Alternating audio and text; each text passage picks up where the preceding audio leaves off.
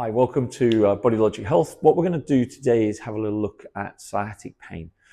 It's obviously something we commonly see in the clinic, but it's worthwhile going through. There's lots of different various back pain things that can be going on. Sciatica is one of them. And really what you're looking at is pressure on the sciatic nerve, which is creating pain. And the pain will tend to be quite deep in the back of the thigh, quite central, and it can run all the way down the leg if you're putting pressure on that nerve. There's sort of two areas that can create that problem. One is sort of a more joint orientated structural problem, and the other is more soft tissue related. So as we can see here, the yellow sections are the nerves coming out. So these nerves will come out at each level and they will join down to become the sciatic nerve, which will run through down and into the back of the thigh. So there's pressure on those nerves that creates your sciatic pain. There's two elements. One obviously commonly heard of is the disc, which can bulge and put pressure on the nerve and affect how it functions.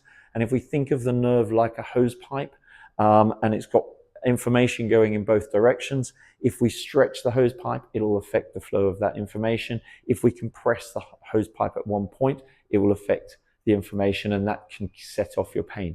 Like any other soft tissue, it's going to be sensitive to restrictions in how it moves. So if the disc bulge, it can put pressure on the nerve and create that sciatic problem.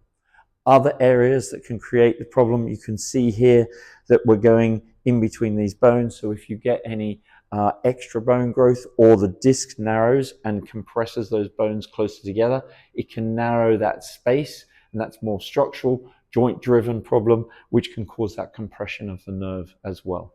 So there's sort of the reasons why the sciatic nerve can create the problem, and you'll experience, as we said, that deep ache in the back of the thigh. It can be quite sharp, it can be quite sore when you do certain movements, even things like walking, sitting to standing can create problems when your sciatic nerve has been irritated.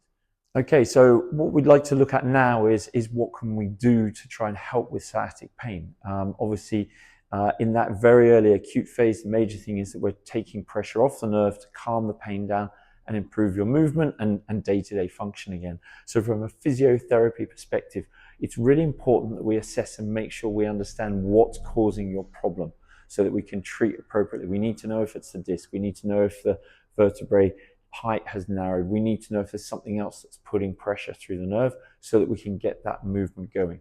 We need to start to improve how the muscles are functioning. Your body's natural response is going to be to tighten all the muscles to protect the area.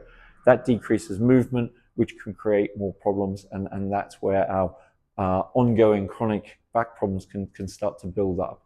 So we want to make sure that we're releasing off any of the tight muscles, working out which muscles that are deeper in the spine that aren't working or being switched off by the pain, get them starting to work, and activation.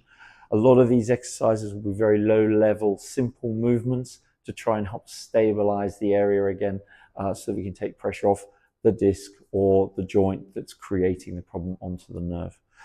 As we go through, obviously we want to get you back and functioning well again, and so we can build into our rehab phase, so we can start to really look at the bigger picture, not just the localized spine, but how are your hips moving, how's your thoracic spine, your mid-back moving, what other loads are you putting into this area, and make sure that we're starting to address those. We want to get you out of pain, but we want to make sure you stay out of pain long term. So it's not just about dealing with the area, it's about dealing with the bigger picture as we move through. And we've got some fantastic things with Pilates and our rehab team who can make sure that we take those exercises in and get you back doing the things that you want to do again long term. Okay, excellent. See you soon.